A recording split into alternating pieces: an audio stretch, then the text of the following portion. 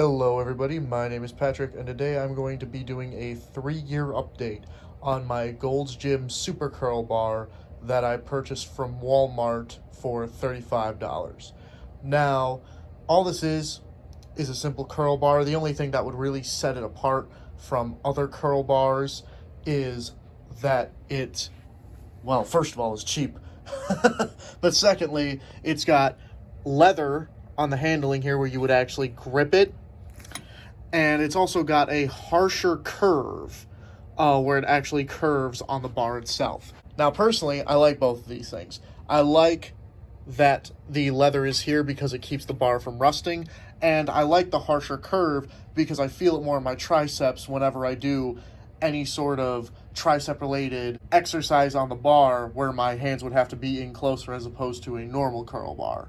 Now, something else that makes it different from other curl bars is that it is actually a two-piece bar. It comes in two separate pieces, and right here, this pin, you have to put a pin in and hammer it in yourself. That makes it so that it is not one solid bar that is sturdy. That makes it so that it's actually kind of got a little bit of give to it, which is a problem because over time of using the bar, eventually this pin wriggles out the bottom, and I've had to do this before, where you actually have to hammer it back into place. Now, it's not any big task or whatever, it's just you start to see it jut out the bottom a little bit too much, take one swing of a hammer, puts it right back into place. Now, something else about this bar is that initially when I first bought it, on the ends here, where the weights would go, there was initially rubber here. And this was there to keep the weights from clanging and to make sure that they actually stayed in place and didn't rotate when they were fastened tightly with the spin lock. Literally, I'm not even joking, the day that I bought this bar, the rubber insides literally shredded to pieces and fell off on both sides. So that part of the bar was not very solid. Now, something else that I want to talk about is that this bar has a weight limit of 200 pounds. And I have tested that theory numerous times now because I've used this barbell for actually bent over rows because I actually feel it more in my back when I use this bar in particular.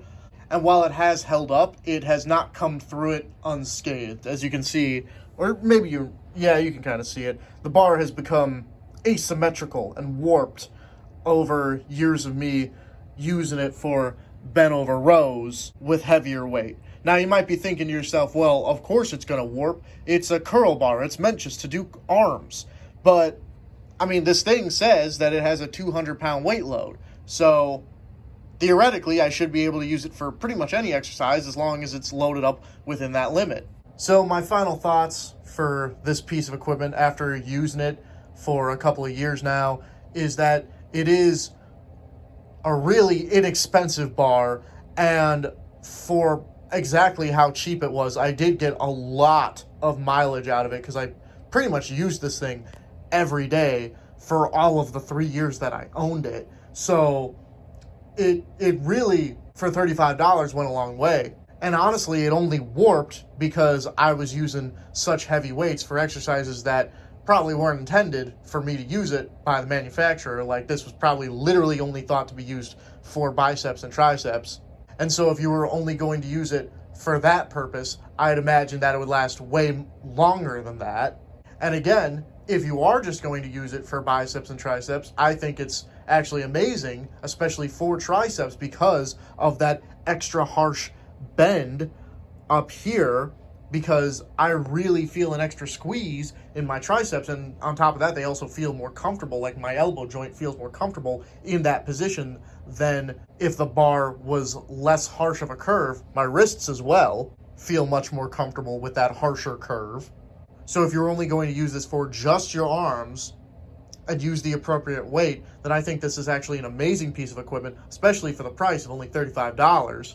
But if you want a curl bar that you can do more with than just work your arms, like I said, I like using a curl bar for bent over rows because I feel it more in my lats. That's just a personal thing though. Then you might want to hold out for a different bar that can handle more weight being put on it. Alright guys, well that has been my 3-year update on the Gold's Gym Super Curl Bar. Please let me know what you think about it down in the comments. I'm Patrick, and I'll see you next time.